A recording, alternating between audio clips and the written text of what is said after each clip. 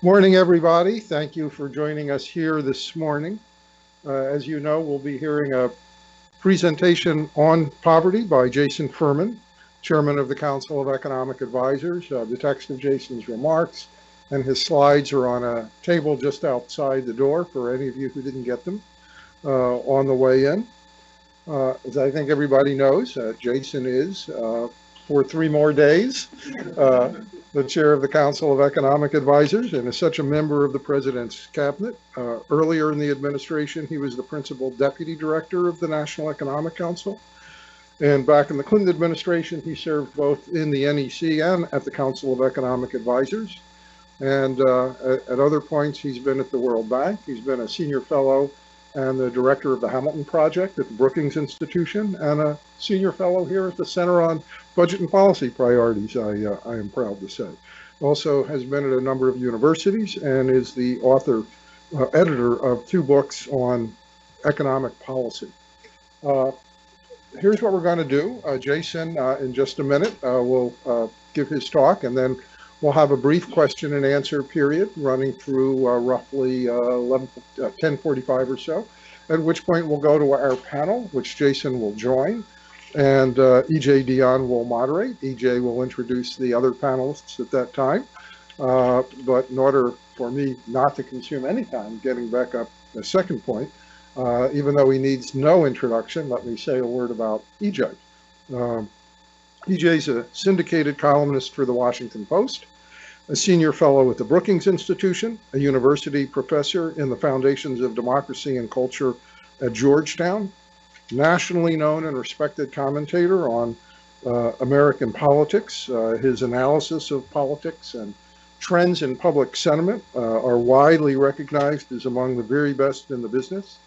His best-selling book, Why Americans Hate Politics, which Newsday called a classic in American political history, won the Los Angeles Times Book Prize and was a nominee for the National Book Award. And his latest book, Why the Right Went Wrong, Conservatism from Goldwater to the Tea Party and Beyond, has been highly praised and is a must-read for anybody interested in politics. And last but not least, EJ is a devoted Red Sox fan. He reminded me this morning, Patriots fan as well. Okay, so we're going to go right to Jason and then Q&A. And when the Q&A ends, the panel will come right up to the table. We'll move the podium aside and move right into the panel discussion. Jason.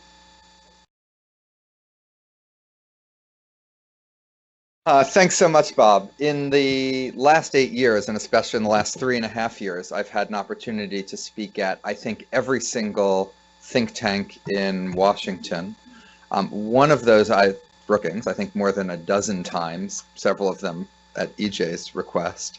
And I can't believe that I've gone this long without making it here to the Center on Budget, but I'm saving the best for last. And the topic we're talking about today is one that affects tens of millions of people, one that we know a huge amount about what needs to be done. We're doing a lot of that, and we need to keep doing it and make sure we're not sliding back, but we also need to move forward. And I've learned so much from the center on this topic and from all of you. So I think I'm just repeating back what everyone here knows. But my basic argument is going to be, if you look over the last 50 years or even over the last 5 years, a disproportionate amount of the progress we've made on poverty has been because tax and transfer programs are lifting people who would be below the poverty line, above the poverty line. That we haven't made progress in terms of raising market incomes. That's not because of those programs. It's because we've had slow productivity growth, rising inequality, and more recently declining participation in our workforce, all of which has resulted in slower growth for the incomes at the middle and even slower growth in incomes at the bottom. That we need to remedy that with faster income growth, and part of how we need to remedy that is with more upward mobility, and those same tax and transfer programs that have the immediate effect of lifting people out of poverty also have really important long-run effects in terms of mobility. And that's going to be the main argument that I'm making today. I'm going to start talking about some of the recent developments and some of what's happened under this administration, something that a lot of people in this room have contributed to and should be proud of their contributions to. And more importantly, the argument for those contributions is the argument for what we both need to defend and build on going forward. I'll then step back and take a longer view over the last 50 years, then talk about the role of tax and transfer programs in the short run, lifting people above the poverty line, how to raise market incomes over the longer run, and then describe the agenda going forward. In terms of the recent developments, a lot of the story of the last 50 years can almost be told in a really extreme form in terms of the Great Recession. If you think about the Great Recession, there's $13 trillion of wealth lost. There were 8 million jobs lost. The unemployment rate went to 10%. It had devastating effects throughout our economy. It had big effects on the poor and the vulnerable as well, but we were able to blunt a huge amount of those effects. If you take into account all the tax credits and benefits, and some of these were things we already had in place, like unemployment insurance and SNAP, some of it are things we expanded temporarily in the Recovery Act, again, like unemployment insurance and SNAP. As a result of all of that, from 2007 to 2010, the poverty rate went up by 0.4 percentage points. So again, just a huge contrast between that and what happened to the unemployment rate, what happened to incomes, what happened to wealth, what happened to everything else. This is one part of the blow that we were able to cushion a decent amount of. The 4.8 bar you see there is the hypothetical of if you didn't count the income people got from all those tax credits and benefits, how much the poverty rate would have gone up. So it would have been, an even more devastating recession than it was. To look more recently at where we are now, last year, these are the numbers from the Census Income and Poverty that they released in September. You saw income gains at every decile, and you saw the largest income gains at the 10th percentile. And in fact, every one of the ones you see there on the screen is the largest gain for a single year since we started collecting data in the 1960s, with the one exception being the 90th percentile, but at 2.9%, probably not a lot to complain about there either.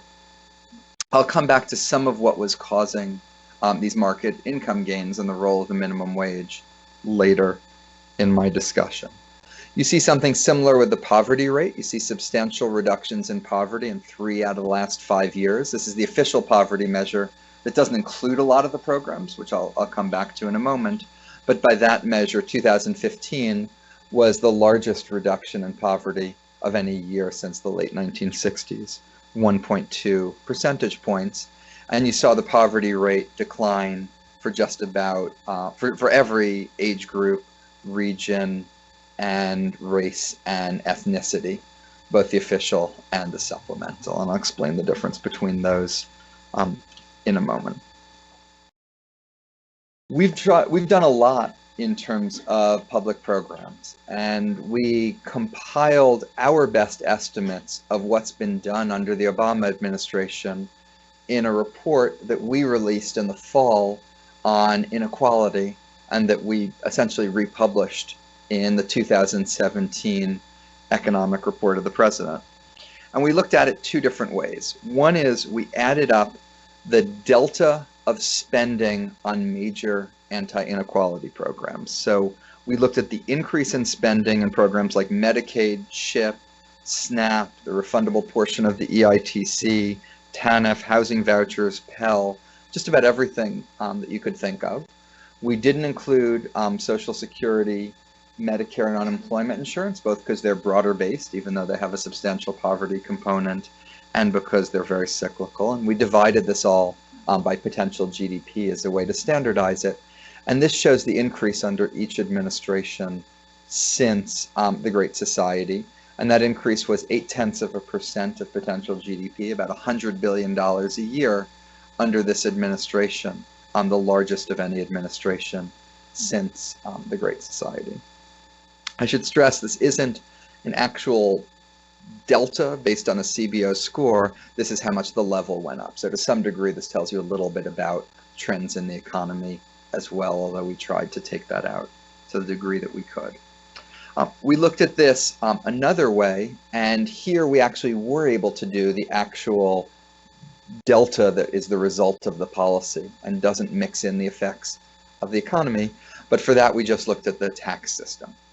And we looked at each president since Kennedy, which is as far back as we could go in the data, and looked at how much income shifted to the bottom 99% as a result of their tax policies. And tax policies include healthcare issues like the Affordable Care Act and the cost-sharing subsidies. And there, by that measure, there was a larger shift to the bottom 99% as a result of tax policies in the Obama administration of any administration on record, with the data going back to President Kennedy. And then if you unpack that, it's really very much related to the poverty issues that we're talking about now, that the bottom quintile saw its after-tax incomes boosted by 18%. The Affordable Care Act is a big part of that story. That's $2,200 a year, or that's the equivalent of about a decade of income gains. That's the last 8 years. We'll now widen our aperture and talk about the last 50 years. A common talking point that one hears from critics of the safety net is that we've spent trillions of dollars, and you look at the official poverty measure published by the Census, and you see that it's flat. In fact, in 2015, it's slightly higher than where it was in 1968. As is well known to most everyone in this room, though, the official poverty measure exists in essentially a form of measurement limbo, and it's to some degree incoherent, in that it includes pre-tax income, it includes cash transfers, so cash welfare payments or UI or Social Security, but it doesn't include critical parts of the safety net, and in fact parts of the safety net that have grown increasingly over time, some of which have been the centerpiece of policy in recent decades, like tax payments, tax credits, including the EITC and SNAP. So it doesn't give you a very good window into what your market income is and how you're doing in the economy, nor does it give you a very good window into your well-being, which is very much affected not just by your pre-tax income, but by whether you get the EITC or SNAP benefits. We're really lucky that the census put a very serious effort into putting together the supplemental poverty measure, and we're learning a lot from it. Unfortunately, that measure only goes back to 2011, so we relied on the generous work, both a couple of years ago and again today, of the Columbia Population Research Center and Jane Waldfogel, Christopher Wimmer, and others for taking something like the supplemental poverty measure and moving it back over time. And the version that I'll be looking at in all of these is what's called an anchored measure. The supplemental poverty measure, in addition to taking into account the full value of taxes and transfers, also updates the poverty threshold based on the consumption at the 33rd percentile. So it has a relative component. This is an absolute component. So it treats the poverty line the same over long periods of time. And when you do that, when you count benefits, when you subtract out-of-pocket health costs, so that if you get health insurance and it reduces those costs, it reduces poverty, you see that that green line has declined by 41% in the last 50, nearly the last 50 years. So as opposed to the official poverty measure, which has been flat. And that 41% reduction in poverty is an enormous testament to the success of our programs. Using these numbers, it allows us to find exactly where that reduction came from. And these two lines are, the first is market income poverty, so that's a coherent concept. It's based on the money that you were essentially paid in your job, for the most part. And the green line takes into account taxes and transfers. And as you can see, the black line is basically flat. The green line is the one that's fallen 41%. And the difference between them is the number of people lifted over the poverty line by taxes and transfers. And you see in the late 1960s, barely anyone was lifted over the poverty line, 5% of the people in poverty in net terms. And that's because back then you had programs like Social Security lifting people above the poverty line, but then you actually had taxes that if you were a family just above the poverty line with children, you would actually pay enough taxes that you would be taxed back into poverty. So you had a lot of people moving both ways, and on net, the system was basically keeping it about the same. That's been transformed enormously, and you see that big leap around 2010, which corresponds to that big increase in anti-inequality programs and that I was showing you before, so that now 45% of the people below the poverty line are lifted out of poverty because programs like Social Security are continuing to do it, and now the tax system, if you have children, will lift you above the poverty line rather than tax you deeper below it. You could spend a lot of time looking at these types of charts and analysis, but I'll just summarize 4 of the points that come out of it. One is that market income poverty has remained flat over the last 50 years. The second is that the anti-poverty impact of government programs has grown over time, as I said, from 5% of the people in poverty to 45% lifted out. The third, which I didn't show you, is that government safety net programs are particularly important for reducing deep poverty. And in fact, the deep poverty rate in the Great Recession only went up 0.2%. And then finally, taxes and transfers do a really effective job of reducing a lot of the cyclicality of poverty, of which the Great Recession would just be a particularly extreme example. So want to show you briefly and a little bit more granularly the role of some of the tax and transfer programs in accomplishing all of this and lifting people above the poverty line. These estimates are from Census. They show, you're seeing 2 different scales here because the Social Security numbers are just so much larger than the other numbers. And you see that, that refundable tax credits lift 3 million people out of poverty. SNAP is estimated to lift 1.4, but there's a huge amount of underreporting there, and it's a growing amount of underreporting as well. So you should sort of raise that yellow bar in your head. And then SSI lifts, sorry, not million, these are percent of people, 1%. Reduces the poverty rate by 1 percentage point. This is, in some sense, a mindless exercise of it assumes that if you didn't have these programs, you would have exactly the same income. So it takes the income that you have now and just adds to it based on the program. In reality, of course, if you didn't have these programs, probably you would have behaved differently. You might have saved differently. You might have worked differently. And so there's a question of what the counterfactual is. And if you adjust for the impact this has, not just on your income, but your behavior. A lot of people have looked at this question in a survey. Ben Shalom, Moffitt, and Scholes basically said, even if you take all this behavior into account, it roughly nets out to about 0. And so these numbers are the correct causal interpretation, not just mechanical interpretation. And you see that in some studies like Baker, Finkelstein et al. On the Oregon health insurance experiment, found very small work effects from Medicaid. Diane's research has found very small effects on work from SNAP benefits. People have looked at programs like unemployment insurance, SSI, and reached broadly similar conclusions. So in the short run, a not terrible model of the safety net is your market income is about the same because of it, and your after-tax income is higher because of it. And in the case of some programs, like the Earned Income Tax Credit, there's actually a lot of evidence that you're more likely to work, more likely to earn more. So if anything, these understate the benefits that the EITC has, because they only show the extra income, not the extra work incentives and participation in the workforce.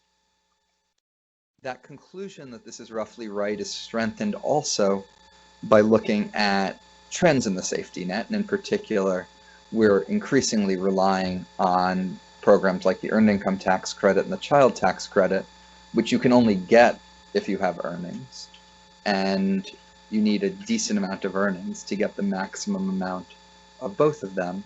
And we have gradually cut back on programs like AFDC and TANF, in addition to making them more contingent on work. I wanted to do a brief aside into that AFDC TANF issue, because it's a really important object lesson in the consequences of block granting a program, especially with block granting back on the agenda for discussion again. TANF was block granted in 1996 at $16.5 billion a year. Since then, there's been a lot of inflation. There's been a lot of population growth. There's still a lot of need, and TANF is still, in nominal terms, $16.5 billion a year. If you look at the real value of that block grant, adjusted for inflation and for population, it's fallen 40%.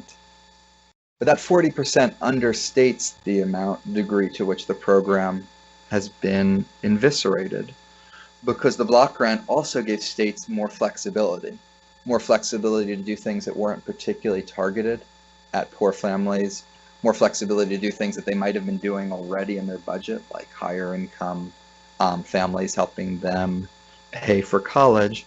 And so money has been taken out of the basic needs, childcare, transportation, and some of the other assistance parts of TANF. And so if you look at that assistance, it's actually down 74% adjusted for inflation and population. And this is in just 20 years that you've seen this decline. As a result, the percentage of families in poverty that are served by the program has gone from 68 to 23. And it used to lift 2.4 million children out of deep poverty before it was block granted. Now it's down to 600,000 a year. And that's a real object lesson, because you're not going to come back and have legislation that takes TANF and makes it an entitlement again and makes anyone who meets income eligibility criteria get it. Hopefully we could come back and fund it better, have it keep up with inflation and population, but that type of structural change is not just lasting, but the consequences of it potentially grow each year. And as long as it stays at $16.5 billion and there's inflation and population growth, we'll be continuing to, in effect, cut it going forward. I want to turn from this to market incomes. A lot of the problem with market incomes has been a problem with inclusive growth, and we need more productivity. We need to address inequality. We need more people participating in the workforce, and we could spend hours on those topics.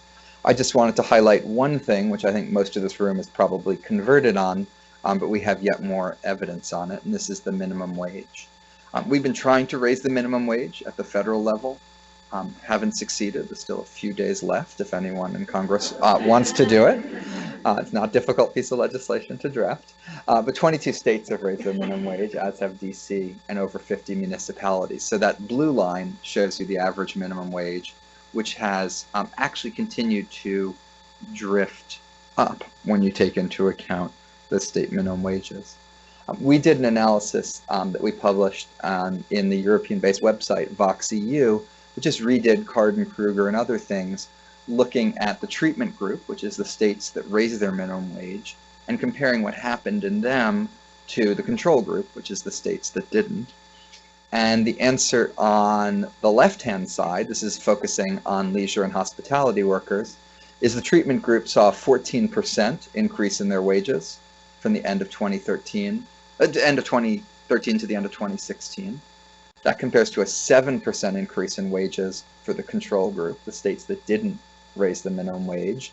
And then you can use your own eyes to look at the employment. Those numbers aren't seasonally adjusted, which is why they bounce around like that. There's no discernible change in the trend, and there's no discernible change in the trend relative to the control group. So this is yet another reminder that the minimum wage really is a very effective tool.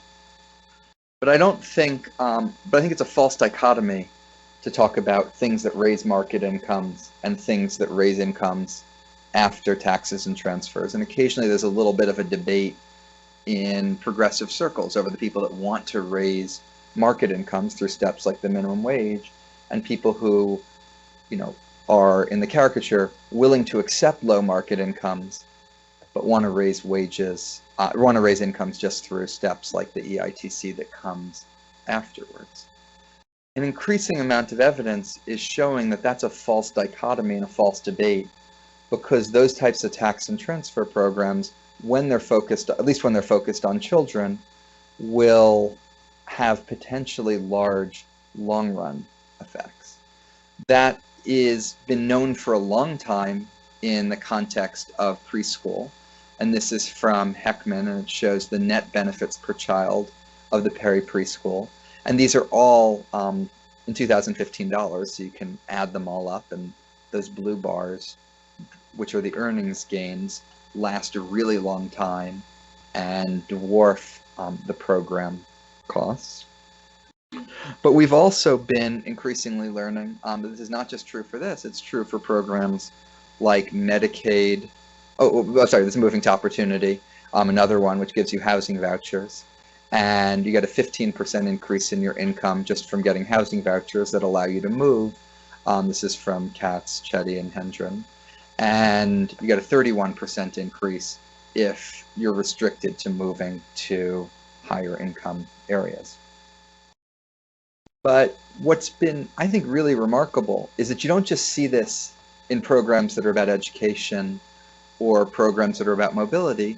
You see it in programs like Medicaid, SNAP, and EITC, which aren't explicitly conditioned on education or on anything like that, but they do seem to have these long-run effects. And part of why we're able to learn this is economic research has gotten a lot better at understanding and teasing out causation using things like the minimum wage experiment that I showed you. People like Diane doing research that different states expand SNAP at different times, so you have that combination of control groups and treatment groups. And then we also have much better data sets and large administrative data sets and tax records that cover long periods of time, which is the amount of time you want to measure this over. And the part of the prepared paper that I'm most excited about, you can skip all 28 or whatever pages and just turn to table 1, which lists 18 different studies and goes through the examples of the type I have on the screen here, the impact that these programs have on earnings, on health, on education, on mortality, hospitalization, obesity, a whole range of things. And part of that seems like it may be just relieving the cash constraint and the cash crunch that these families are under, reduces their stress and increases the resources that they can bring to education and their future. Now, all of this leads me to the conclusion, which is the agenda going forward. The first part of the agenda is do no harm. And if that's what we can accomplish over the next 4 years, it won't be quite as exciting as the last 8 years. But I'd be willing to settle for that right now, if anyone is willing to make a deal. Going forward, market incomes are going to be critical. Depends on the overall economy. Depends on policies to raise wages, connect workers to jobs, and enhance their skills to succeed in those jobs.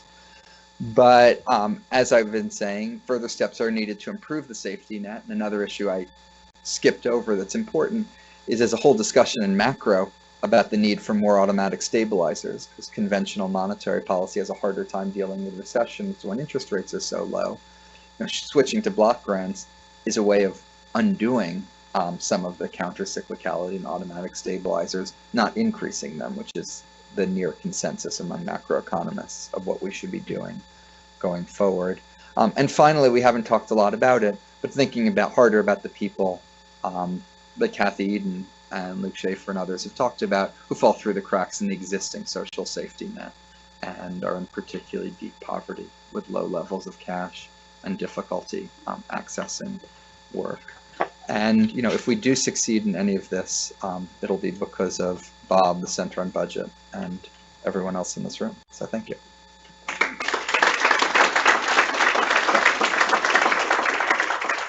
Okay. So I think the plan was that I was doing a few questions. I think I'll just do them standing up, and then we'll get to people who know what they're talking about. Yeah. Oh, yeah, I guess you should line up at the microphones. By the way, please don't touch the mic or pull it out because it is very delicate. I was told, so leave it in there. Just lean down.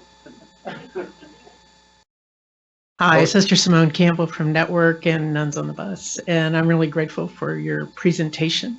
One of the issues that we have seen as we've traveled around the country is employers getting more and more distressed, as one employer told me that his tax dollars were going to fund his competitors because he was paying taxes for EITC transfers, but he was paying living wages. And as we see increases in profits and money to those at the top, I'm really concerned and agree with you, we need a both-and strategy with safety net and tax transfers. But how do we preference, encourage, put focus on the need to share in the wealth of corporations, institutions, business in a way that supports our people at the bottom and would, in fact, reduce some of the tax costs in this tax-averse reality? And I'm just curious, how do you put those two together? Sure. A lot of what you're asking is essentially about inequality, which is a really important topic and one that myself and a lot of people here have written about. I think part of that rise in inequality is just what the demand for people at different skill levels are, and the demand having gone down for people with less skills, and so we need them to have more skills, and the more education you have, the higher premium you have. But I think a lot of it, and this was what was implicit in your question, is also the relative power of different groups, and the relative power of employers has grown over time as we've weakened unions, as we've allowed the minimum wage to erode, as there's been less competition in the economy overall. So when you have fewer employers in a sector, your ability to threaten to leave your job and move to another one. In some cases that's illegal, which you've seen in the nursing sector, some illegal collusion, and in some cases sort of tacit. It's not illegal, but that doesn't make it a right basis for an economic strategy. So we need to change some of those institutions, minimum wage, unions, and just to have a more aggressive strategy to deal with the reduction in competition in our economy as well, through a lot of different tools that you wouldn't necessarily think of as labor markets. I do think, though, it's important to not think of the Earned Income Tax Credit or SNAP as a subsidy to employers. Those are things that benefit people. Most of the incidence of them is on the people that get them and need them. Insofar as some of the incidence of them is the employer, that's actually a hiring subsidy to hire low-income households. So I don't think that's such a terrible thing. And certainly good employers help their high-income employees sign up for huge amounts of tax benefits related to retirement savings, healthcare, childcare, and the like. So I see nothing wrong with low-income households getting benefits as well. But I know you weren't saying otherwise. My name is Jim Webster. I'm a retired journalist, still do a little writing. I was intrigued by the fact that you used a 50-year time frame, because in September this year, it'll be 50 years since the report of the National Advisory Commission on Rural Poverty was published, chaired by Ned Breathitt, governor of Kentucky. and staffed by a friend of many of us, Lynn Daft. They had a number of recommendations, but what are we going to do specifically? What should we do going forward about the specific unique problems of rural poverty?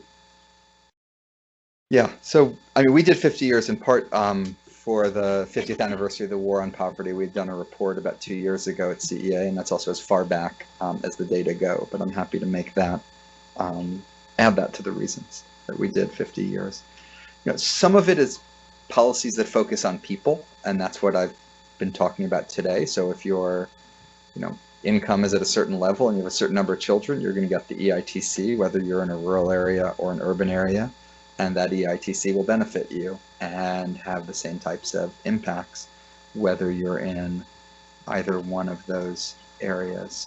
I think there's a role for some, you know, taking into account, for example, in the health system, the challenges that are faced in terms of the amount of competition and choice. So you can't deal with low-income health issues. You couldn't deal with something like the Affordable Care Act without taking into account some of the serious needs and challenges of rural areas more seriously. And then there's a number of place-based programs as well. Yeah. Hi, hello, Jason, and thank you so much for your superb service. I want to follow on to the question that the other woman raised, and that is that it frustrates me a little that I was looking at my files and found an old article from 1995 called "Who Killed the Middle Class?" John Cassidy. And, you know, the issue of the distribution problem, that most of the benefits, both when there was productivity and now that there isn't productivity gain, has gone to the top 20%. And my question simply is whether for future research or education, if there aren't mechanisms to persuade or induce the business community to consider the fact that static wages mean that static demand to some extent. I just don't understand it. And I note that, you know, SEC reports require disclosure of the top 5, I think, highest paid people in companies. Ideally, maybe we need a system where you have to disclose wage increases, the rate of wage increases, perhaps by quartile among your employees. That would be interesting. And it would give advocacy groups and academics and others something to shoot at and possibly change the ethics, in quotes, of business that no longer thinks it's important to pay wages to the 80%, higher wages. Yeah, I mean, in some ways, this is the same as Sister Carol's question, so the answer is the same. You know, we have to understand it's not I think there's a strong economy-wide benefit of reducing inequality, but for any given employer, if you raise the wages of your employees, they're not going to spend a whole lot of those wages at your company. They're going to spend it throughout the economy at everyone else's. So I think a lot of this is about changing, you know, institutional structures. I think transparency is an interesting idea. You could also just, you know, outsource all your janitors and raise wages at the 25th percentile if you did that too. So I think there's a lot of ways around these things, and that dealing with it on a more comprehensive basis, like you're not allowed to pay anyone $7.25 an hour anymore, or you have to reckon with, you know, a union to set those wages. I think ultimately might be more successful, but we should be exploring a range. I think we're going to shift to the panel, and there'll be more opportunity for questions. Oh, and we can ask one last. Yeah, I'm Dennis Gilbert, Hamilton College. You may have heard a panel on the PBS NewsHour the other night, in which the one conservative, presumably on the panel, Glenn Hubbard, said his solution for inequality was raise the EITC, especially for young single workers, and also training education programs. And I wonder what you think of that. Do you think that that's something that the Republican majorities controlling the Congress might go for? How do you see that? It was striking that everybody else on the panel, that was the one thing they agreed. They were kind of lining up behind Glenn Hubbard, which I thought was pretty amazing. Yeah, no, Glenn has been really championing that EITC, and that's for people without qualifying children. So you might actually have a non-custodial child and still get it. I talked about how crazy it was in the late 60s that we took a family above the poverty line and taxed them until they were below it. I said we ended that for families with children. We didn't end that for people without children.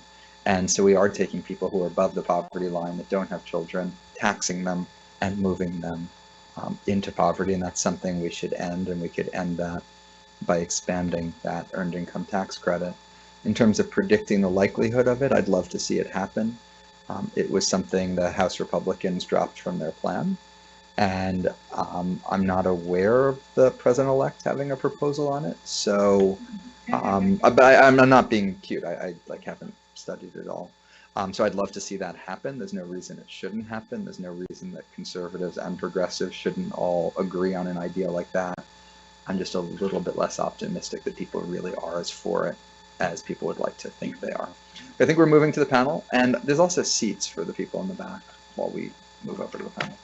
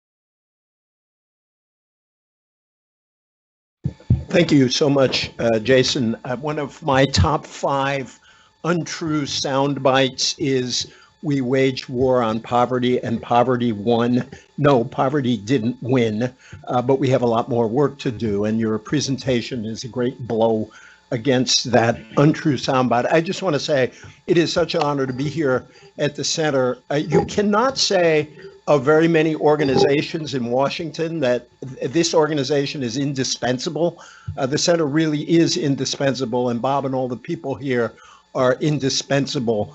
And they are, I hate to, if you'll forgive me for channeling Richard Nixon, they are indispensable now more than ever. So thank you, Bob, and everybody who works at the center.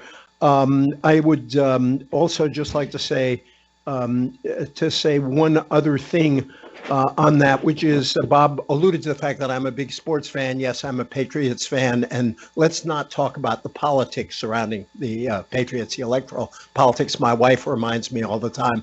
But one of my favorite spectator sports is watching anybody take on the center's numbers. There is no organization whose numbers are more bulletproof than the center's. And I dare say, Bob, that your record is even better than the record of my New England Patriots. And that's saying something this year. We're going to have a great discussion here. And again, we're going to bring everybody back in. We have exceptional respondents. I'm going to basically ask both Diane and Eric to talk about the paper. I could ask a broad general question to them, but my broad general question is essentially, what do you think of this, and what is your response? Diane Whitmore Schanzenbach is the director of the Hamilton Project, a senior fellow at the Brookings Institution, my colleague. She is currently on leave from her position as a professor in the School of Education and Social Policy and the Department of Economics at Northwestern University. She is also a research associate at the National Bureau of Economic Research and a research affiliate of the Institute on Poverty Research. I could go on and on about Diane, but she is great, as you know. And Eric Rodriguez is vice president of the Office of Research and Advocacy and Legislation at the National Council of La Raza. He's deputy vice president. He is a generalist on policy issues affecting Latino families, workers, and children, and has expertise on economic and labor issues, including poverty, the federal budget, pension, banking, and a whole series of other issues. And he not only has a degree in public administration, but also one in history. And so I am sure he appreciated Jason's look through the last 50 years. We'll start with Diane, go with Eric. They'll sort of toss some questions at the end. At Jason, I'm going to have a couple, and then we'll keep our discussion going and bring you all in. Diane. Thank you. Thanks. I think it was a terrific paper, terrific speech. And I think one of the things that I've really respected about the work that the CEA has done under Jason's leadership is promote the idea that anti-poverty programs are really an investment in children. This is not just poverty alleviation, but there's a lot of really good work that's come out of economics in recent years, including a paper that is often cited by myself and co-authors that finds that when we reduce poverty, when we make investments in children, those pay off over a long period of time. And so we've got this great evidence from the rollout of the food stamp program. We also have more modern evidence from the expansion of Medicaid. And Jason didn't go into that in great detail. It is in the paper, but what they find is, better health investments, displacing the income that families would have spent on health insurance, all work together in childhood to then make children grow up to be more productive adults.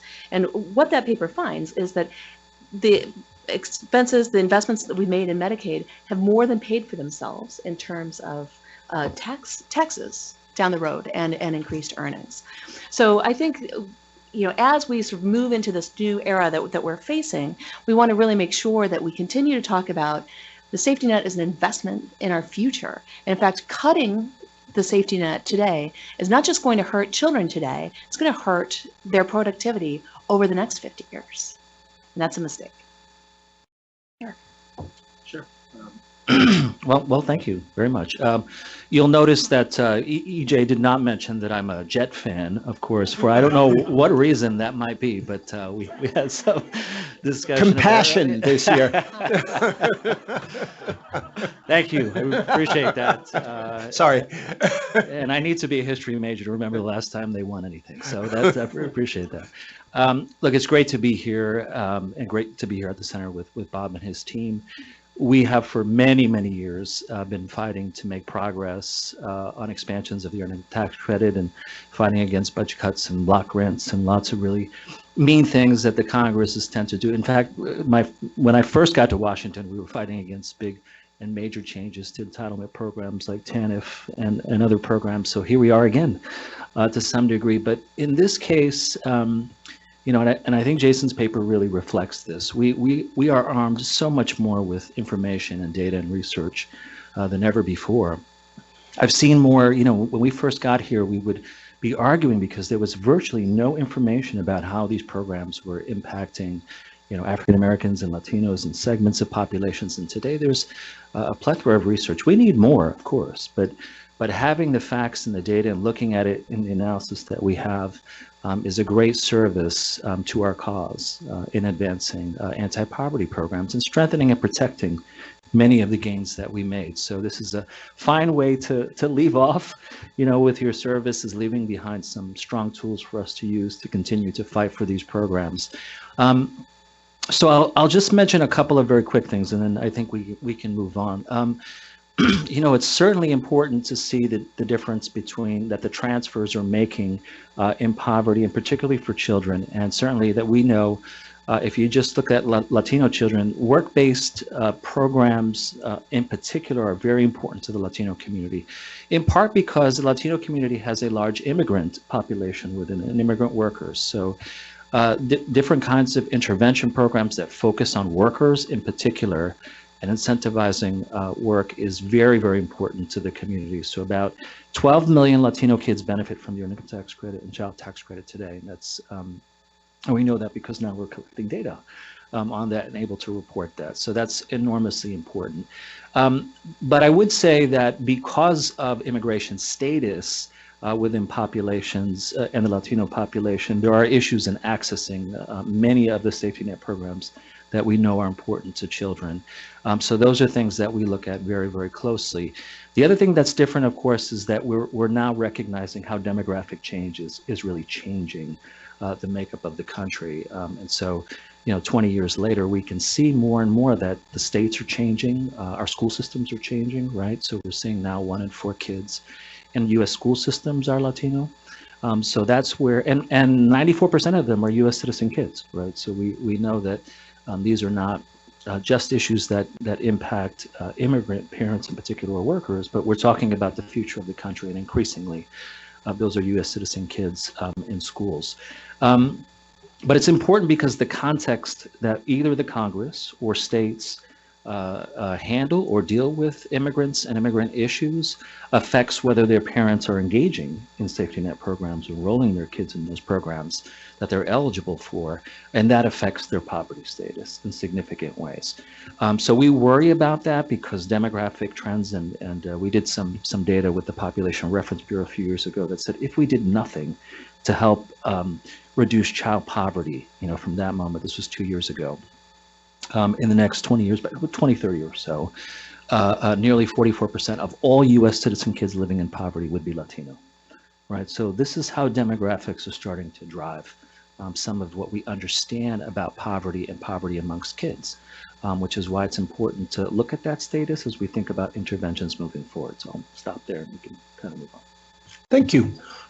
If I could, I'd like to put a small bundle of questions on the table and also ask Diane and Eric to join in and also to direct specific questions to Jason. It's a sign of a good paper that it provokes real conversation. And my assistant, Adam Waters, keep an eye on Adam. He's going to be at one of those podiums someday, but don't steal him from me, Bob. But you provoked a long conversation between us on the idea that it's clear from your paper that there are long-term benefits from these programs. And yet the lines of market income are quite flat or negative. So it's a two-part question. Were these programs pushing against market forces that were actually moving in the wrong direction, if you care about equality, and what can be done about that? The other side is, what is inadequate about the way we organize our safety net programs? Because ideally, you'd like it to turn the line even more than you'd like them to turn the line even more than they do.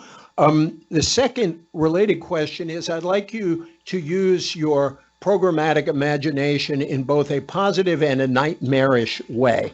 The positive way is, even if the next 2 to 4 years may not be promising for people who might want to expand help for low-income Americans, where would you put your emphasis? Somebody quoted Glenn Hubbard a moment ago, but where would be the most promising investments in your view?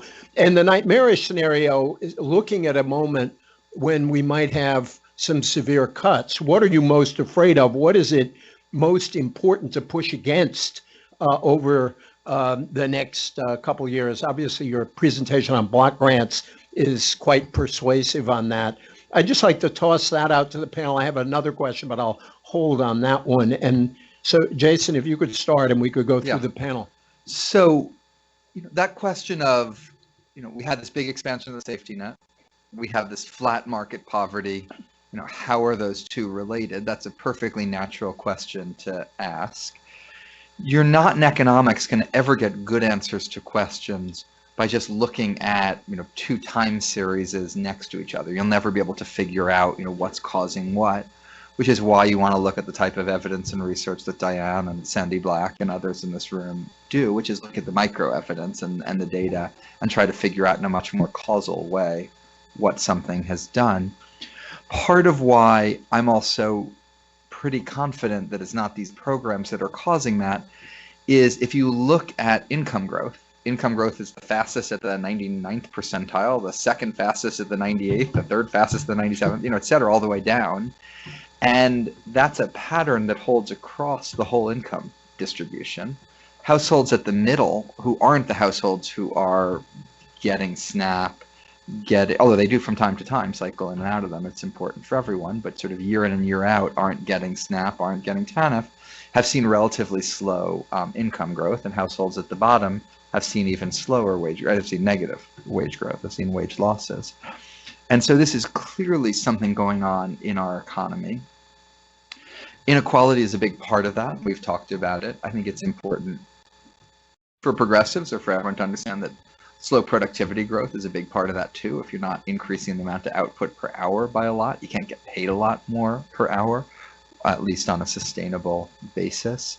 And then another issue that we've documented a lot and done a lot of work on is the percentage of men between 25 and 54 in the workforce has been declining pretty steeply since the 1950s, and you've been seeing the same trend for women since 2000. So I think those are all really big economic phenomenon. They have a lot of different causes, whether it's automation or globalization or decline of labor unions or skill-biased technological change or running out of the pent-up innovations after World War II, or each one of those has a whole bunch of different ingredients. There's not one answer, but I'm pretty confident that the cause of that market line is to be found in those types of macro trends, which makes me also, when I combine that with the really compelling micro evidence, gives you a sense of how much worse that line would have been, that you would have seen increased market poverty.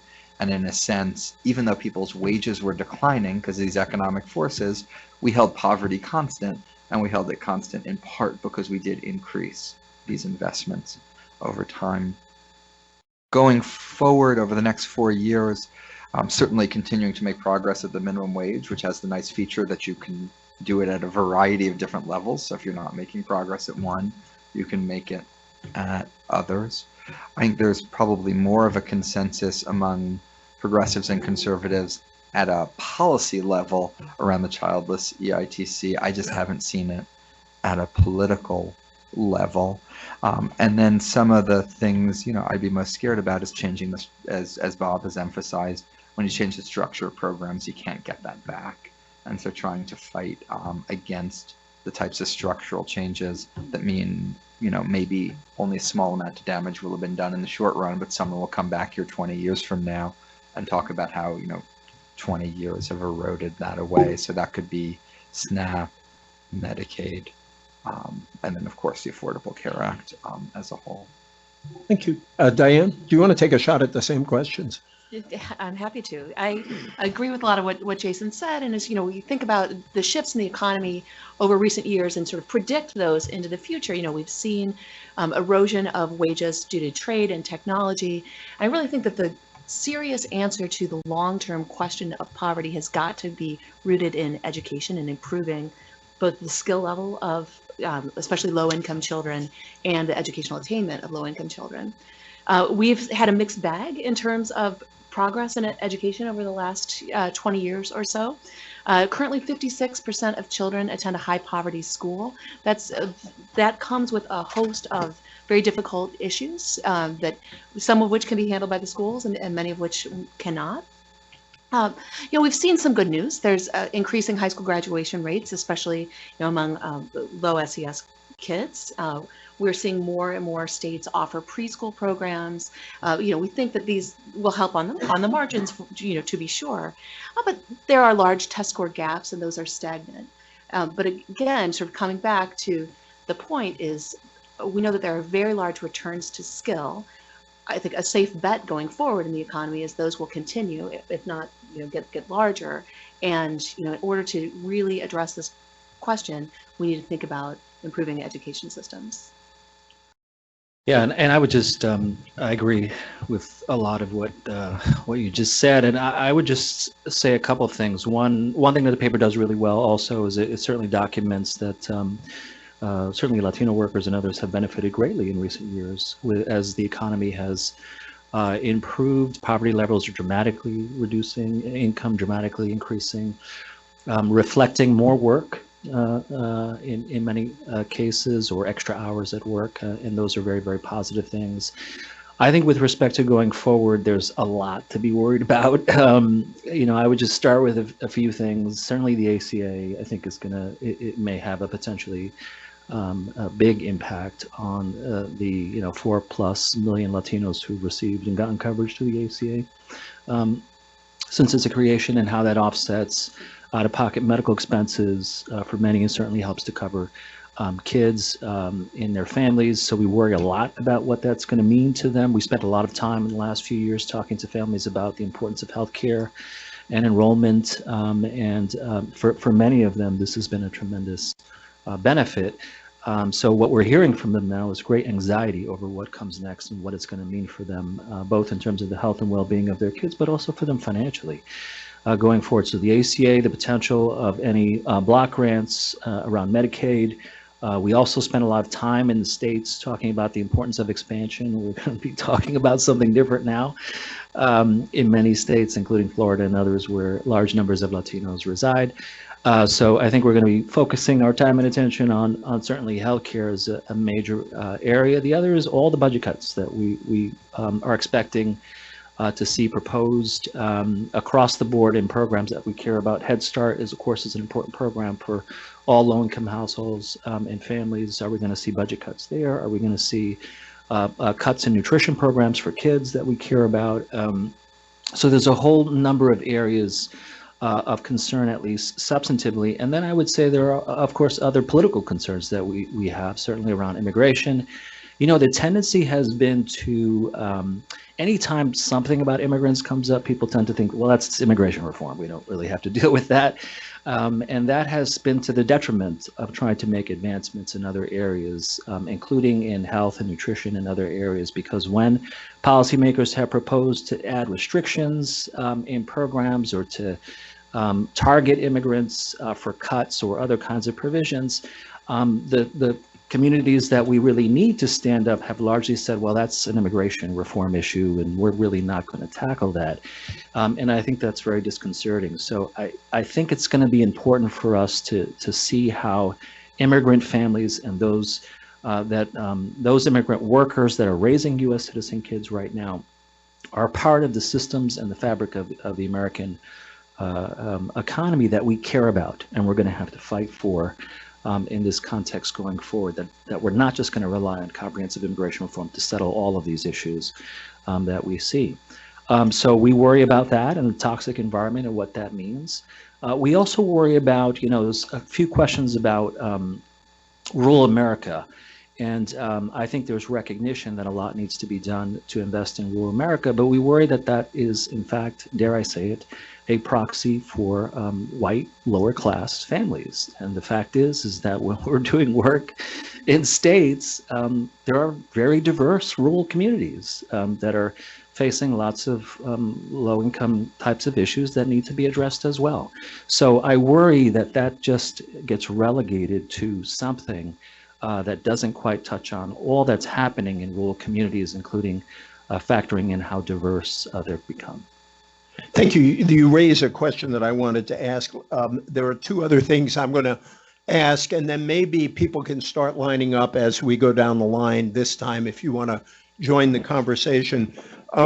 There is a kind of admission against interest chart in your piece, since you care about numbers and are honest about them.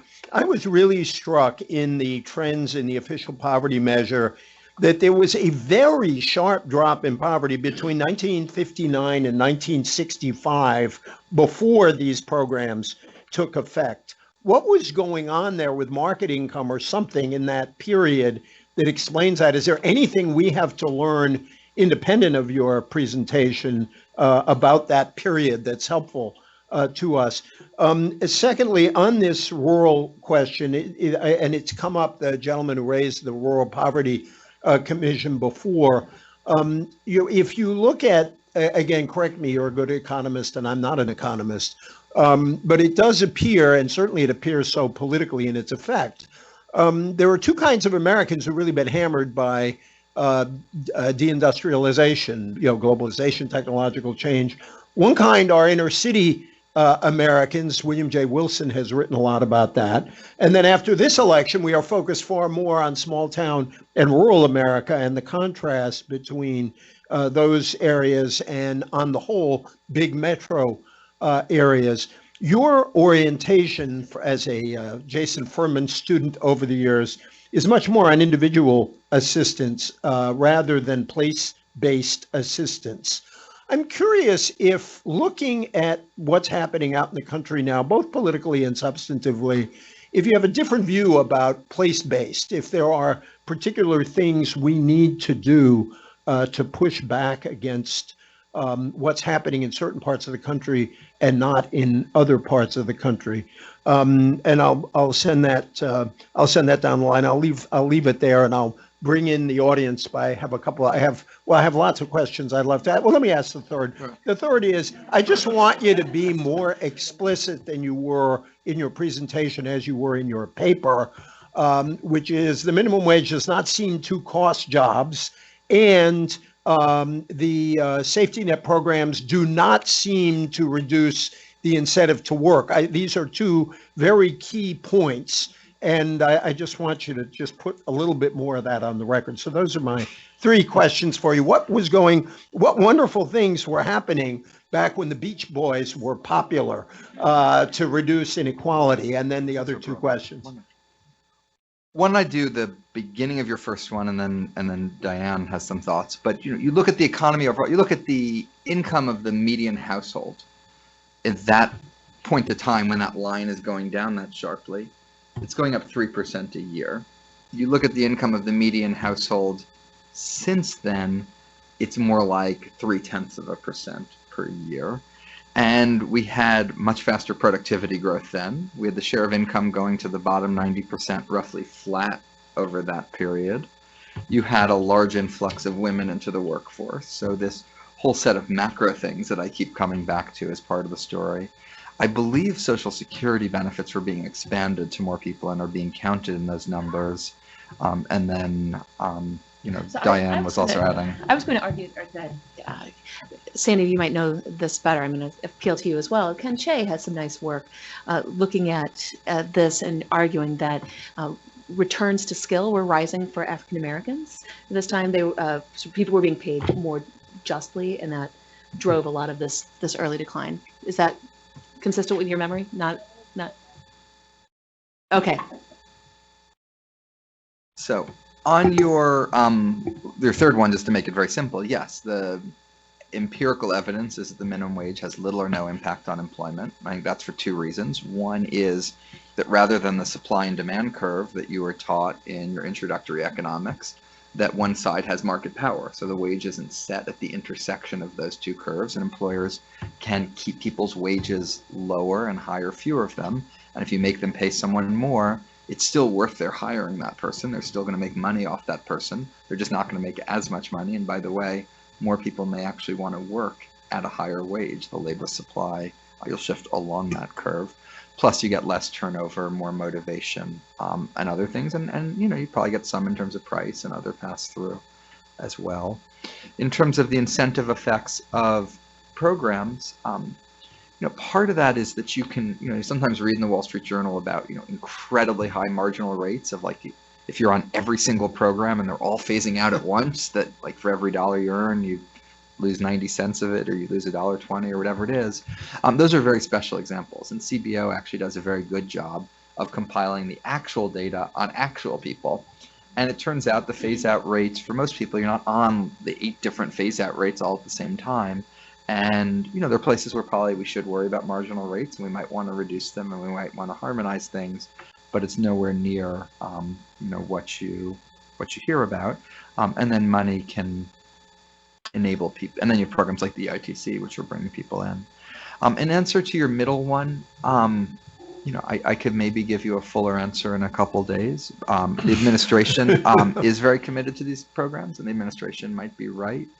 I have personally had a little bit less enthusiasm for place-based policies, and that's for a few reasons. One, I think it can sometimes, this is not something we've done, but like, you don't always have a perfect way of choosing the places, and a number of factors other than pure need go in. We don't give the EITC you get if you make this amount of money and have this number of children, not because we have some theory of this place or that place or some other place. So I think in terms of getting to the people who need something most, and making it conditional. A lot of the people policies can do that better than the place ones. The people ones, we've seen the ability to scale them. We can spend tens of billions of dollars on SNAP or the EITC. Place-based, often we do something for 20 different places that are a tiny fraction of the population, but then we can go sort of visit those places and feel good about ourselves, even though we actually just left out 96% of the country. I think some of the economics is the incidence of anything in the tax program is on what's called the inelastic factor. Something can't really move, it benefits, and if something can, it doesn't get affected by it. And so I think some of the place-based things end up manifesting themselves in the form of higher rents and higher property values. And so some of the benefit of it actually heads up the income spectrum, even though it doesn't appear that way. And, I think all of this may be overly negative. There's some good evidence on things like empowerment zones that compare the one that won it to the one that almost won it and look at their development over time. There may be something to agglomeration, but not as sure that we understand quite as well how to make those programs work or have a political system that's going to do it in as disciplined a way as we will with individual. But that is my own personal opinion. I somehow heard a subtext that most of the places would be in Michigan, Wisconsin, and Pennsylvania for some reason.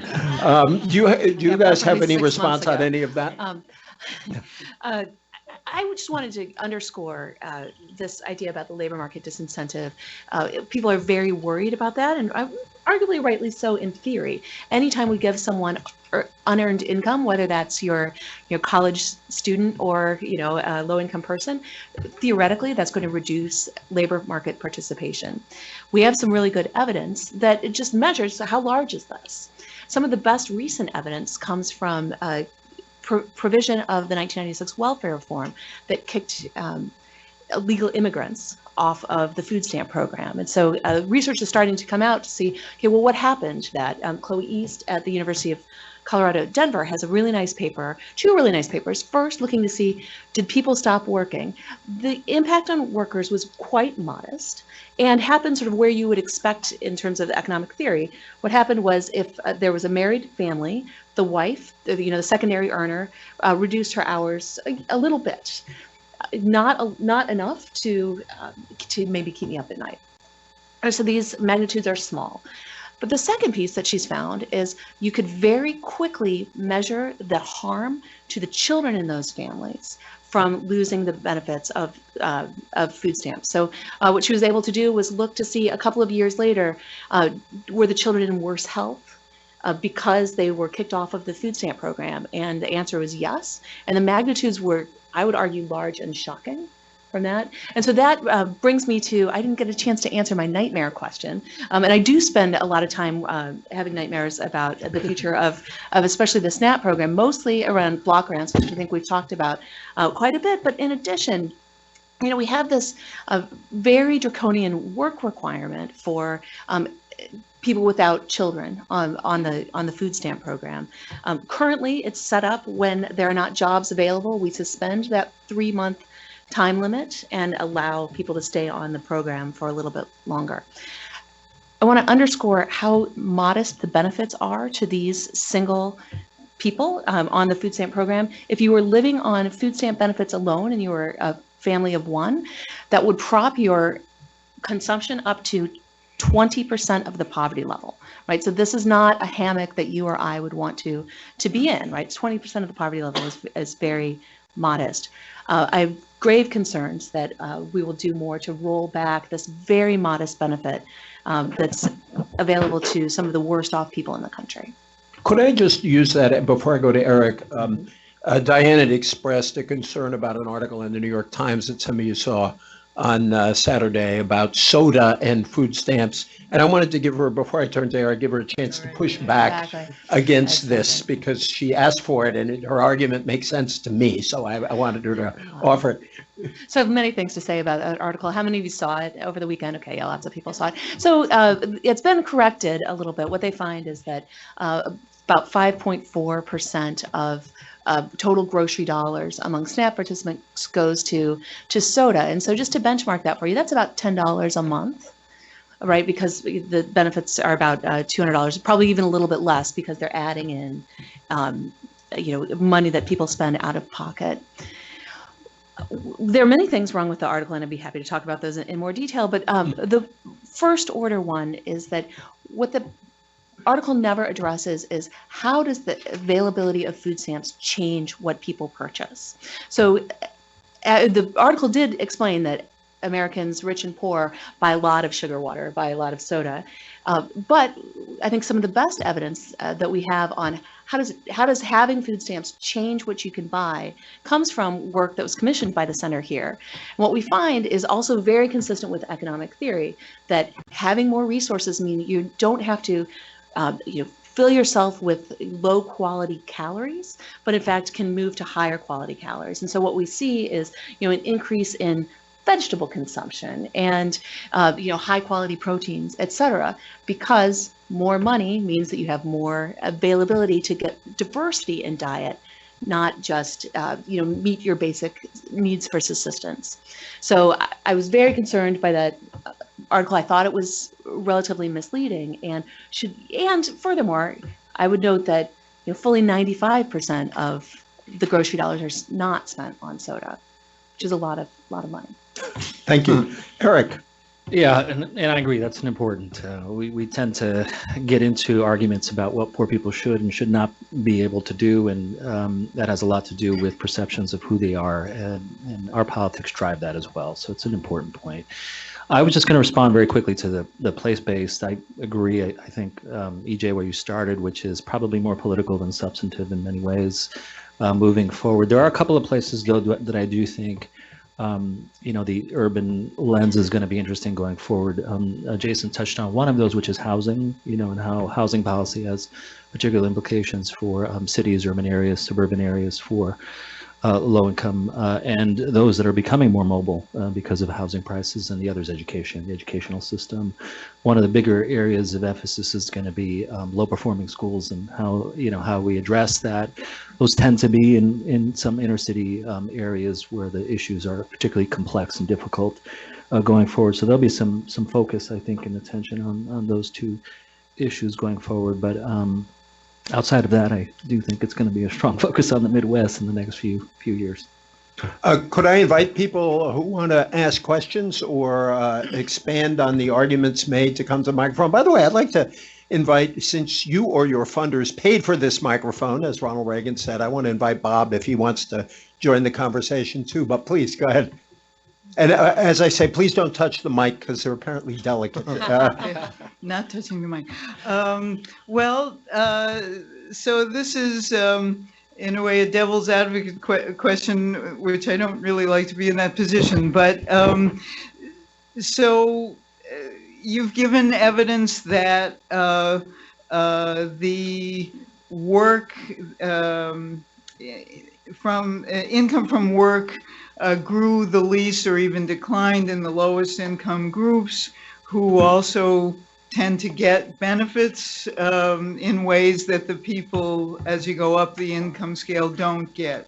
So the pious statement that we're hearing now, so that people sound like they care about poor people, is the poverty trap, and that is a disincentive. So I need your help, and Diane, you were giving some of it just now in your previous answer. How do we respond to that? That the presence of those benefits is not a disincentive.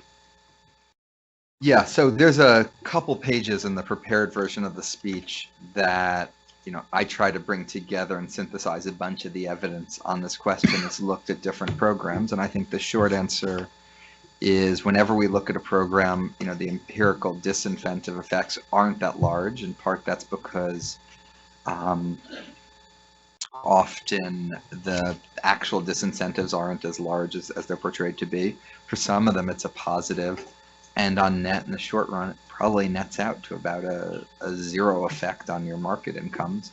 That's when you look at programs, and then the other is just look at the macroeconomy, as I said. The fact that people at the 80th percentile have done better than people at the 50th percentile has nothing to do with TANF. or with SNAP or anything like that. It's a structure of the economy. Well, the fact that people at the 50th have done better than people at the 20th is that same thing that's causing the 80th versus the 50th is causing the 50th versus the 20th percentile. And so this is just a bigger economic phenomenon in terms of a slowdown of wage growth and a decline in wage growth at the bottom. So I think it's both the program by program evidence, which I tried to put together here, and then this broader macro story, which is less in this particular paper, but elsewhere. I'd maybe add to that. I don't want to undersell the fact that the switch to the work-based safety net and especially the expansion of the earned income tax credit has moved a lot of especially single mothers into the workforce, and that has had many successes along with it. Now, if you sort of think about people along the continuum where the people with the lowest levels of skills, maybe the most, other barriers to work are the ones that are being left behind. And I think we're really talking a lot about them. But then the women who are a little bit more work ready, we've absolutely been able to document that they've moved into the labor force. There've been a lot of real successes there that we should talk more about, I suppose. Do you have a follow? Only that I forgot to say, Jason, thank you so much for everything. Thank you. Bob. Well, I'd like to ask the panel to talk a little more about some of the issues relating to block granting, means-tested entitlement programs like Medicaid and SNAP, but in part in a context that I think we may see proposals coming forward this year that, as the panel and I and others would define block grants or block grants, but that won't be called block grants and will be presented as not being block grants. I think, for example, of Speaker Ryan's proposal of a couple of years ago, which I think we may see come back, under called opportunity grants, under which it looked like any state that wanted to would have the option of taking a funding stream for SNAP and a number of discretionary programs and getting it combined into one capped amount. So if there's a capped amount going to the states, there's obviously no longer the current open-ended entitlement that anybody who's eligible to apply gets served. But beyond that, there no longer are any national eligibility standards or things of that sort. Certain states with more animus to immigrants could, for example, make categories of legal immigrants ineligible for various of these benefits, or do all sorts of other things with the funding stream. And in the case of Medicaid, there's a variant that's a per capita cap, so the funding to states goes up when more people qualify, but it's still capped in terms of a fixed dollar amount per person, unrelated to changes in actual healthcare costs, potentially the aging of the population and the like. So I just kind of wanted to ask the panel to talk a little bit more about these kinds of proposals, whether they're opportunity grants, super waivers, or other forms of caps, but that all have in common essentially ending the current individual entitlements structure of Medicaid and SNAP as it operates today. Thank you, Bob. Can you imagine people not admitting what they're actually doing in the next 2 years? Shocking. Go ahead. Yeah, please take that, all of you. Jason, you want to start? Sure. I mean, I think the TANF example is illustrative of this because there's two different issues. One is a funding issue and one is a programmatic issue. And there, in that particular case, it was a fixed nominal amount, so the funding has eroded over time. But you could have funding erode because you do it per capita and health costs rise more quickly. For example, in Medicaid, you could have it because you don't build in something related to the economy and the economy gets worse and more people need it. So there's a lot of different things that could affect the funding. We have programs right now that do a very good job of figuring out how many people need them because there's an individual level test for that. And you don't need some fancy formula or this or that. It's just if there's more need, more people get it. Less need, less people get it. And I said this before, but just as an aside, there's all sorts of discussions being convened now on how to improve the automatic stabilizers so that in a recession we have more fiscal policy. The best fiscal policy is money for low-income households or temporarily low-income households, like unemployment insurance, because they're the most likely to spend it. The idea that, this conversation has gone in one place on how to improve these, and then these other people are trying to figure out how to get rid of them, boggles the mind. Could I interrupt just for a sec? Because that was one of my questions. Why is it so hard to get across the idea of automatic stabilizers? I mean, there's a good chunk of the paper that talks about that, and it is so intuitively obvious, at least to me. Why is this so hard to get across? I just wanted you to underscore that some more, because it made a huge difference in helping us get out of this downturn. And this problem is that interest rates are lower, so the Fed can do a little bit less conventionally, so we need a bit more fiscal policy. There's not a consensus around using fiscal policy. Policymakers can be slow, so having it happen automatically is something that Glenn Hubbard is in favor of, and I'm in favor of, to quote him from something I saw the other day. But that 40% in TANF is from just the funding, the formula for it. But as I said, it's a 74% reduction in assistance. So roughly the other half of the reduction there is because states took the flexibility they had, not to figure out some brilliant new innovative way to help people out of poverty, but to figure out some not overly brilliant, not overly innovative way to, pad some other part of their budget that they wanted to pad.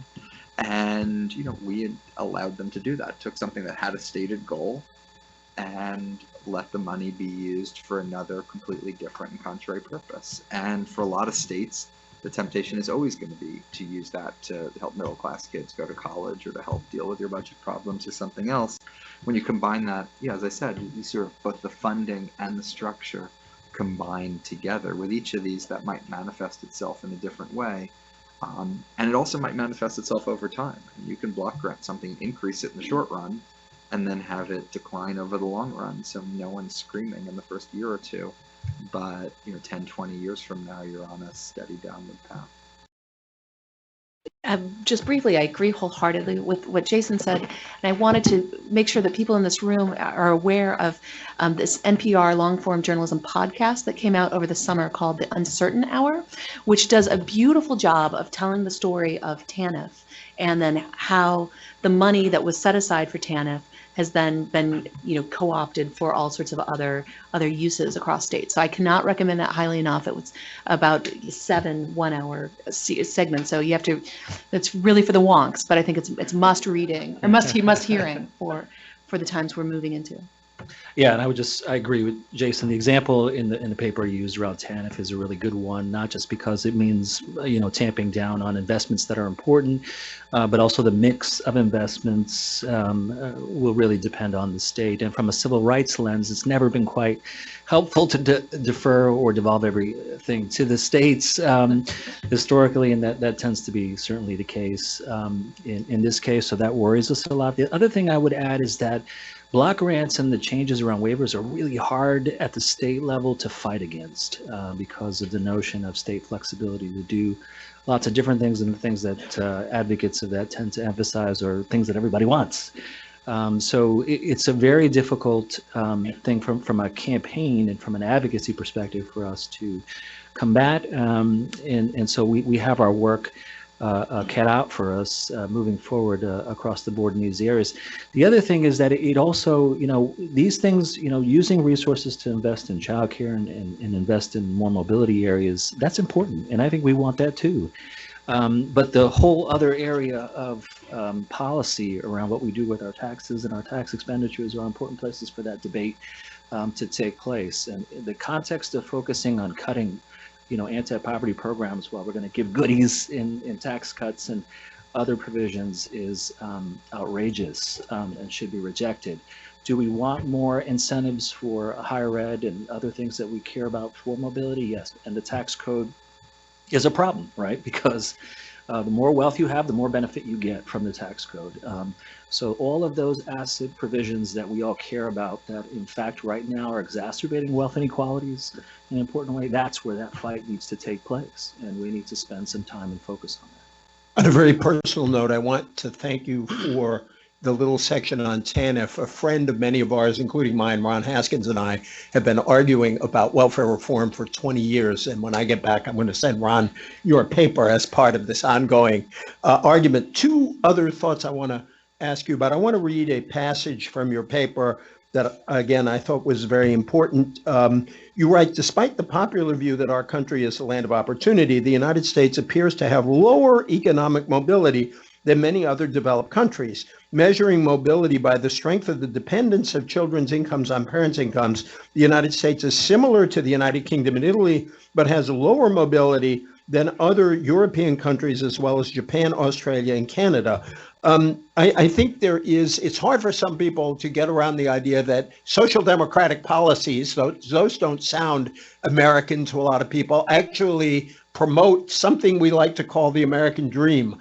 Could you talk about that? I want to bring in the next question. Maybe hold that in abeyance. Let me bring you in so we don't run out of time. Sure. So thank you so much for the panel. And as an aside, my first job was actually in Virginia arguing about TANF and trying to get it used the way it was supposed to be used. This is taking me back to, to bad old days of arguing about the way we use the block grant. But Eric's comment is actually a really good segue to my question, which is I just did a quick search after your question about what made poverty decline in the late 50s, and I don't know if this is the reason, but I was looking about what the marginal tax rates were in the 91% in the 50s, which a lot of us know, and mid 60s is when the marginal tax rate started to go down, and it just started to get me incredibly curious about the talk of redistribution, which is a bad word, and I know politically unpopular, and we're not going to have increased tax rates, but I am wondering about the effect of having higher tax rates on the top, percentage rates, as well as in corporate rates, in terms of not only having money to fund some of these other programs, but also as an incentive to reinvest back in the company, in not increasing the wages as much at the top. If corporate tax rates are higher, you have reason to put that money back instead. So what are the effects of those on addressing poverty through market income, and if how it can be beneficial or not? That is a great question. Let me throw one last one, and we could go down the panel to let everybody close on that question, the one I asked off your comment here. And just, you pointed correctly to this decline in workforce participation, which is a really big deal and may also have something to do with the outcome of the election we just had. I'd love you, in the process of answering all three of these questions, talk about some things we need to do to reverse that. Actually, could I let Jason close? Could I start with Eric, because he can then have the last word, since he gave us the occasion for this whole conversation? One, I think there's certainly a lot you can do within the context of the tax code. Certainly the benefits of the earned income tax credit and the child tax credit on families proves that there's a lot you can accomplish.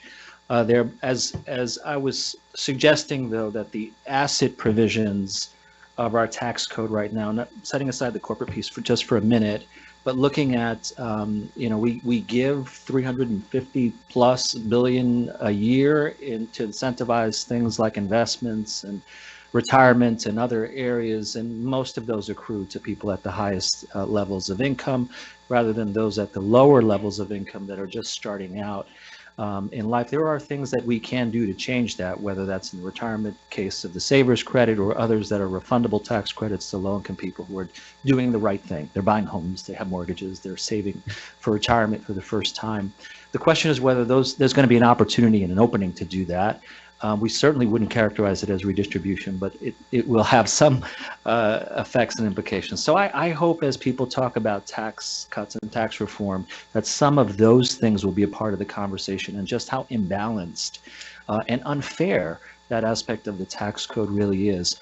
On the corporate side, there could be some great positive things, but there could be great dangers, right? I mean, more recently, we've heard folks talk about paying for our great big border wall with taxes on remittances that people send back. And while we won't accept the financial transaction tax to pay for other things we care about, we would in this case, right? Because we're talking about a segment of the population that people consider other.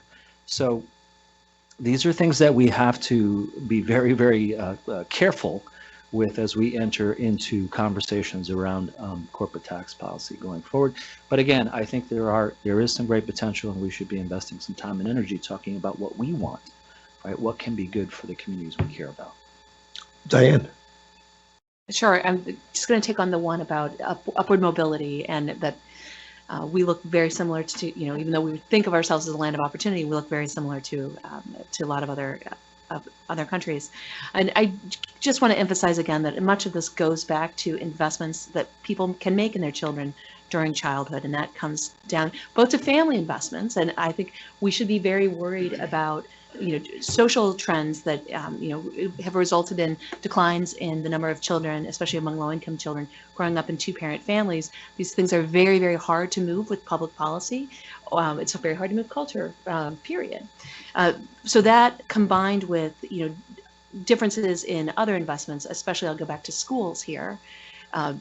If children are educated in substandard schools, they are not getting the human capital they need to compete in the economy, because that's tied, because the investments that you get are tied to, the income levels that your parents have. We see this, cycle go over and over, and we need to do the best that we can to break that with public policy through, a robust safety net and also improvements to schools. So I agree with everything everyone said. The tax thing I could go on forever about. I think one of the things the tax system does is raise money to pay for all of these really important investments. And if you looked at that change in inequality in our administration through the tax system, you saw taxes went up a substantial amount on the top 1% or 1/10 of 1%. That's not because anyone dislikes those groups or thinks they haven't productively contributed to society. It's because you need money to pay for all those other really important things. And you either can be explicit about where the money's coming from today by paying for things, or you can have it be ambiguous and have that money be paid for by people in the future and not quite say who it is, and probably not as progressively. There's other things we can do with the tax code to give people better incentives in terms of how they invest, how they increase productivity, and how we increase our growth, and there's bad ways to do that too. I do think that a policy agenda has to have work, and encouraging work is a really important part of it. That isn't the simplistic version that people have. If you look at our labor force participation rate, for example, we're for both men and women towards the bottom of the OECD. We're also towards the bottom of the OECD in the generosity of all of these public programs. So it's clearly not that, we make it easy to hire and fire. We don't have labor unions. We have a low minimum wage. We don't have a particularly comfortable hammock. And yet we still have a low labor force participation rate. So that says to me an affirmative agenda about work is partly education, which is a real key to participating in the workforce, but also things like training, job search assistance, more flexible workplaces, child care, transportation, all those types of things is an affirmative agenda of what the government can do with policy to help support and encourage work, not just think that all we need to do is get out of the way and it'll happen because we've done a decent job getting out of the way and it hasn't been happening. The thing I'd conclude with is a term my predecessor, Alan Kruger, coined, which is the Great Gatsby curve. And that is a very strong relationship you see both across countries and then across counties in the United States between places that have higher levels of inequality at a point in time and places that have less intergenerational mobility. And it's sort of common sense that if you have really unequally distributed resources right now, that'll be able to perpetuate itself to a much greater degree. And that's why, even if you think all you're in favor of is equality of opportunity and the outcomes will be what they'll be as long as everyone has an equal shot, everyone's not going to have an equal shot with really high degrees of inequality, and certainly not with really high degrees of inequality. We're not doing something about, for example, the 56% of children that attend high poverty schools that Diane referenced earlier. So I think any opportunity mobility agenda, which is something in a sense we all agree on in America, has to be an agenda about inequality, and an inequality agenda has to have poverty as a really big, important part of it. Thank you. Thank you so much. I want to close saying three quick things. Number one, it's really great to have a chair of the Council of Economic Advisors who actually focuses so much of his energy on low-income Americans, and may your successor take note.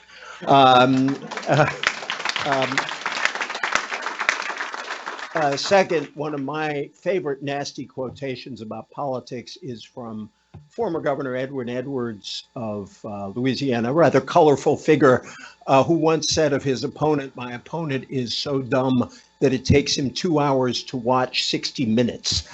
This crowd could watch 60 minutes in about 5 seconds, and so we're grateful to have such a thoughtful group. And then lastly, at the risk of being sectarian, I would like to quote St. Ignatius. I'm actually inverting a St. Ignatius of Loyola quote: trust as if everything depended upon God, act as if everything depended upon you. Number one, even though this is not a Jesuit organization, the Center on Budget acts that way, and I salute them for that. And B, we are going to be depending on you in the next several years, Bob. So thank you all for the work you do.